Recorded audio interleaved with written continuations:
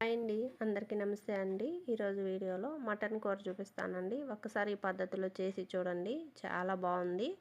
అన్నంలోకి కానీ, వడలోకి కానీ, దోశలోకి కానీ, చపాతీలోకి కానీ దేంట్లో అయినా అద్భుతంగా ఉంటుందండి. మరి వీడియోలోకి వెళ్దాం. చూడండి, 1/2 కిలో మటన్ శుభ్రంగా కడిగేసుకొని చిన్న ముక్కలు కట్ చేసి పక్కన పెట్టుకున్నాను. దీంట్లో ఒక మసాలా తయారు చేసుకుందాము. ఒక చిన్న మిక్సీ జార్ తీసుకొని ఒక 2 టేబుల్ స్పూన్లు ధనియాలు వేసుకొని 1 ఇంచి చెక్క వేసుకోవాలండి. దాల్చిన చెక్క, ఒక 4 లవంగం ముక్కలు, 2 ఇంచులు అల్లం ముక్కలండి, 1 ఇంచు ఎండు కొబ్బరిని చిన్న ముక్కలు కట్ చేసేసాను. ఓ 10 వెల్లుల్లిపాయలు తొక్కు తీసేసాను. ఇప్పుడు ఇవి పెట్టి ఒక్కసారి మిక్సీ పట్టుకొని ఒకసారి అంతా నీట్గా స్పూన్తో కలుపుకొని ఒక మీడియం సైజ్ టమోటా తీసుకొని ఇలా ముక్కలు వేసుకొని కొంచెం నీళ్ళు పోసి మెత్తగా మిక్సీ పట్టుకోవాలండి.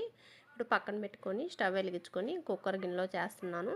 మామూలు గిన్నెలో అయినా చేసుకోవచ్చండి. ఒక 3 టేబుల్ స్పూన్లు ఆయిల్ వేసుకొని ఒక బిర్యానీ ఆకు ఇలా తుంచేసుకొని ఒక 1/2 టీ స్పూన్ జీలకర్ర వేసుకొని ఈ రెండు ఒకసారి బాగా వేపుకొని ఇప్పుడు 2 మీడియం సైజ్ ఆనియన్స్ ఇలా చిన్న ముక్కలు కట్ చేసుకొని 1 టీ స్పూను సాల్ట్ వేసుకోండి. త్వరగా వేగిపోతాయి ఆనియన్స్. ఇప్పుడు బాగా కొంచెం మెత్తబడేంత వరకు వేపుకొని కొంచెం కొత్తిమీర కరివేపాకు వేసుకొని ఒకసారి ఇది కానీ వేపుకొని ఇప్పుడు మిక్సీ పట్టుకొని ఈ మసాలా పేస్ట్ అంతా వేసుకొని ఒకసారి ఇదంతా బాగా ఇలా కలుపుకుంటూ వేపుకొని పైన మూత పెట్టి కాసేపు బాగా పచ్చివాసన పోయేంతసేపు మసాలాలోది బాగా మగ్గనివ్వాలండి. మగ్గిన తర్వాత ఒకసారి కలుపుకొని ఇప్పుడు శుభ్రం చేసి పెట్టుకుని మటన్ అంతా వేసుకొని 1 టీ స్పూన్ పసుపు, అలాగే మీ రుచికి తగినంత కారం వేసుకోండి. నేను 1.5 స్పూను కారం వేసాను. ఇప్పుడు మళ్ళీ రుచికి తగినంత ఉప్పు వేసుకొని ఒకసారి ఇదంతా బాగా కలుపుకోండి. మనం వేసినవన్నీ మటన్కి పట్టే విధంగా ఒకసారి కలుపుకొని పైన మూత పెట్టి ఒక 5 నిమిషాల సేపు ఉడికించుకోవాలండి.